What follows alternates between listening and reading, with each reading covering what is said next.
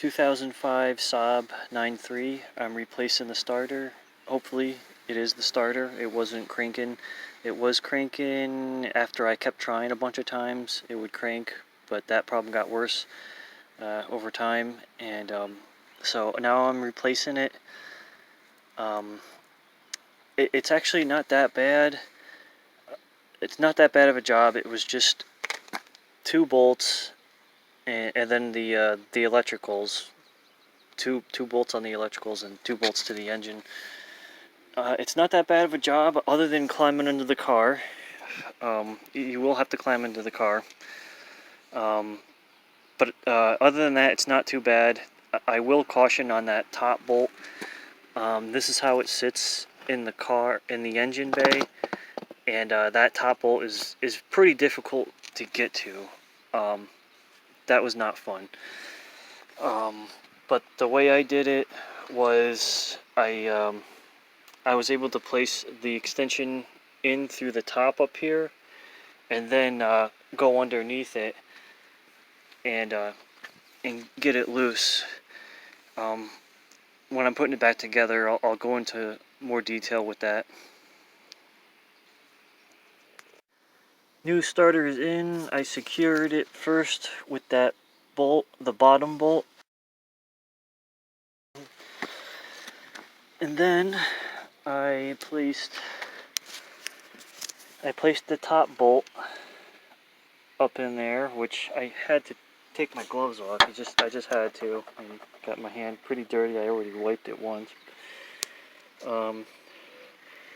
But this is how I did this. This is how I took it apart the first time. What I did was I placed this inside there on the bolt. Hold on a sec. Okay, can you see the extension down there? I had to use both hands for this, so I wasn't able to record it, but anyways, it's just, I got it placed on the bolt. It's just sitting on there, and now I'm gonna go underneath it.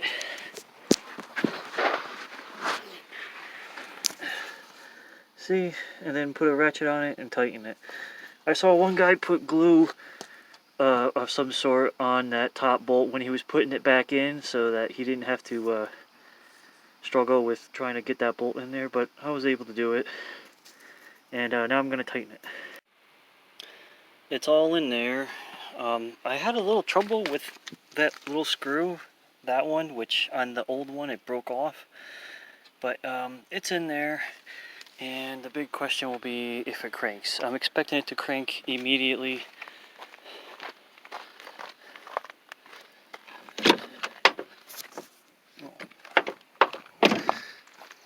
Of course, you gotta put the battery cable back on.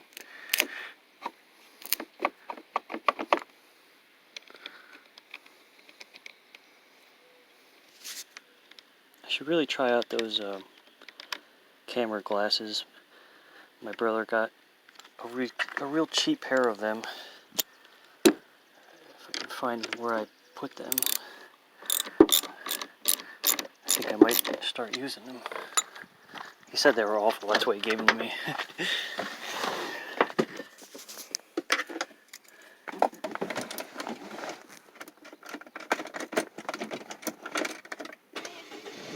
Yeah, that seemed way better. I think it might have been the starter. That started right up. Nice. So like I said, that top bolt was the only problem. But not bad. Not bad in the realm of things. That little screw right there, for some reason I had difficulty putting that back on. There's just not enough room for things. It broke off on this one, but I've had that a lot on the blue Saab. This is a 2005 9.3 2.0.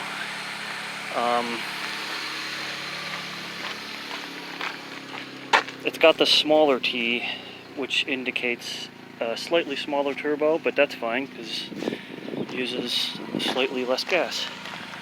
I've actually done a lot of rust restoration on this car, pretty immensely. The shock mounts, the shocks were all rusted out. I barely just managed to save it. I have lots of pictures. I'll put a video together on that. These rear wells were rusted out. I did a lot of fiberglass Bondo work on that and de-rusted it. And my method for that is using a rust dissolver gel.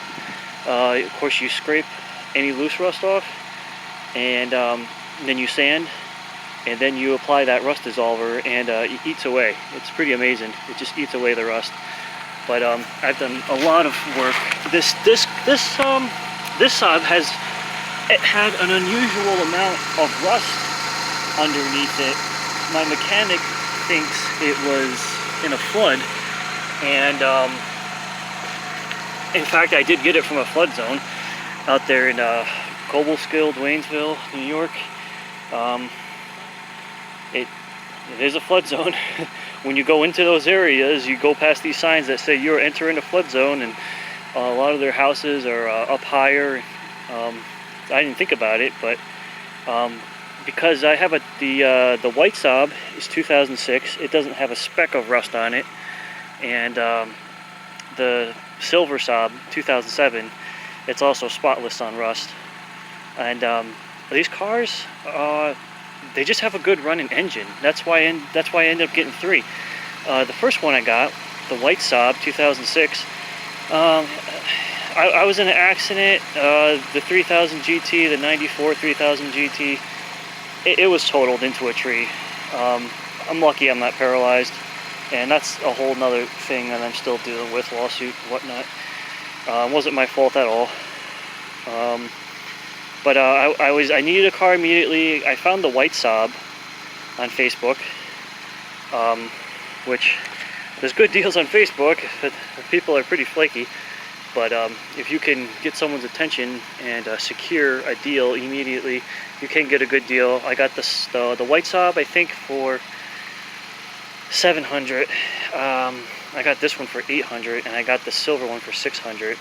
It's real interesting because the silver one's actually the best, but I guess that just needed a new fuel pump. And actually, how this all started out was the white Saab, which I got for $700. And for each one of these cars, when the engine started up, it just sounded great. It has a good engine.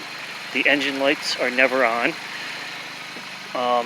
Besides basic calipers, and rotors, brake pads, tires, oil changes, these cars just seem that it has a good engine.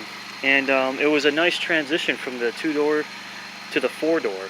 It's nice and spacious in there. It's I mean, I do carpentry too, and it's actually pretty nice to be able to drop that little thing down and, you know, put 2x4s in there. One time I was out at a thrift store shopping, and I wasn't in the market for getting a bed frame, but I knew I needed one, and there was one there, and I was able to buy it, and I didn't think anything about how am I gonna move it. And fortunately, it folded up and went right inside there. So I've been overall satisfied with these cars. Like lots of people say, they're great cars if you got them running right. They all have little bits of issues, but I've been able to fix. Except for ECM, which I will have to get into that later. But it's a good car, and I like the features on it. It doesn't seem too old. It doesn't seem too new.